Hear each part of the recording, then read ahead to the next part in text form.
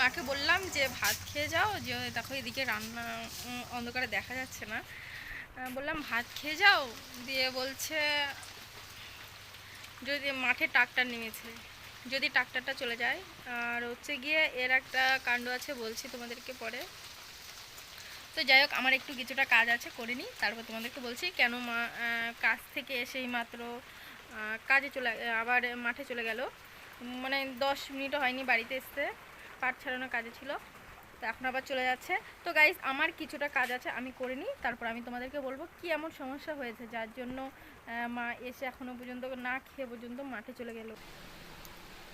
তো গাইস, বাইরে প্রচণ্ড বৃষ্টি হচ্ছিল, আর যে কথা বলতে গিয়ে তোমাদের বলা হয়নি, যদিও আমার কাজ ছিল একটু। তো কথাটা হচ্ছে গিয়ে আমাদের মানে যে এখানে জমিতে চাষ করে আর কি, তো সেখানে এমন একটা পরিস্থিতি হয়ে গেছে যেদিন ট্রাক্টর ধান লাগানোর আর কি, ধান লাগানোর ব্যাপারটা নিয়ে। তো ধান লাগানোর আগে তো জমিতে চাষ দিতে হয়, তাই না? তো সেখানে মানে আমাদের জমিটা কিছু লোকের মাঝে, তো মানে কিছুটা জমির চারপাশে অনেকের জমি আছে, মাঝখানে আমাদের জমি। তো সবার নাকি মাঠে জল দিয়েছে, তারপরে ট্রাক্টর দিয়ে চাষ দিয়েছে, আর আমাদের এই যে কি বলে টাকা দেয়নি বলে। মা তো জানতো না যে মাঠে ট্রাক্টর নেমেছে। তো আমাদের টাকা দিতে পারেনি সাথে সাথে, দিয়ে সবার জমিগুলো চাষ দিয়েছে, এখন আমাদেরগুলো বাকি রয়েছে, কয়েকজন আরেকটা কাকা কয়েকজনের জমি আর কি।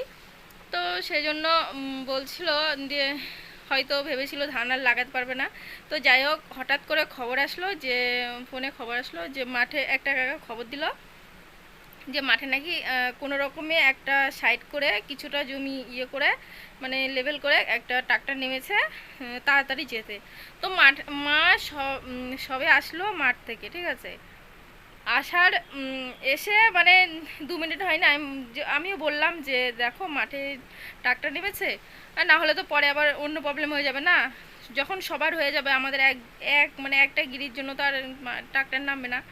তো মা এসে সাথে সাথে না খেয়ে এই জন্য আর কি চলে গেল। তো সেটাই ভাবছি, মানে গরিব ঘরে জন্ম নিলে কত যে বোঝা যায় দুনিয়াটা কত কঠিন। তো গাইস, ঠিক আছে, চলো, ঠিক আছে, তাহলে আজকের ভিডিওটা এটুকুনি। আর